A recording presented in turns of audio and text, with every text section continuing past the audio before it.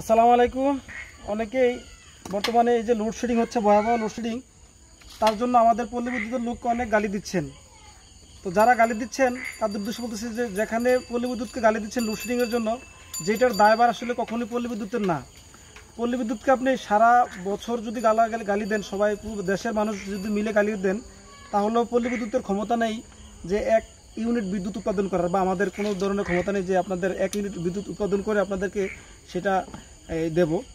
সেটার দায় হচ্ছে একমাত্র সরকার। সেটা কারণ সরকারে হচ্ছে এই বিদ্যুৎ উৎপাদনের ক্ষমতা রাখে এবং সরকার সেটা করতেছে। হ্যাঁ, বিদ্যুৎ উৎপাদন করতেছে।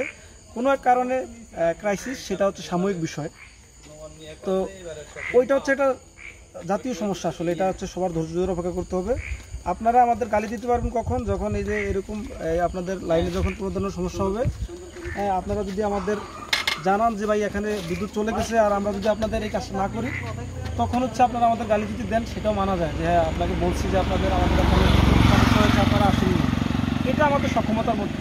যেমন একটু আগে এখানে অভিযোগ পেয়েছি যে এখানে যে ফিউজটা কেটে গিয়েছিল, একটা পাখি পরে শর্ট হয়েছিল লাইনে। আমরা সেখানে তাৎক্ষণিক এসেছি, এসে এটা পাখিটা দেখে নিশ্চিত লাইনটা নিরাপদ করে এখন সেকশনটা ধরানোর জন্য এসেছি।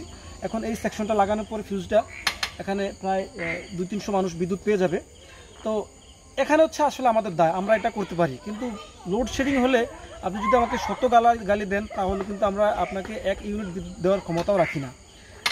আর একটা বিষয় হচ্ছে, মানুষে বলেন যে এই শহরে আর গ্রামে বিদ্যুৎ বৈষম্য, বা সেটাও কিন্তু আসলে সরকারি সিদ্ধান্ত।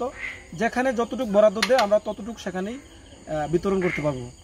তো আশা করি বিষয়গুলো বুঝতে পেরেছেন। ভালো থাকবেন সব। আসসালামু আলাইকুম।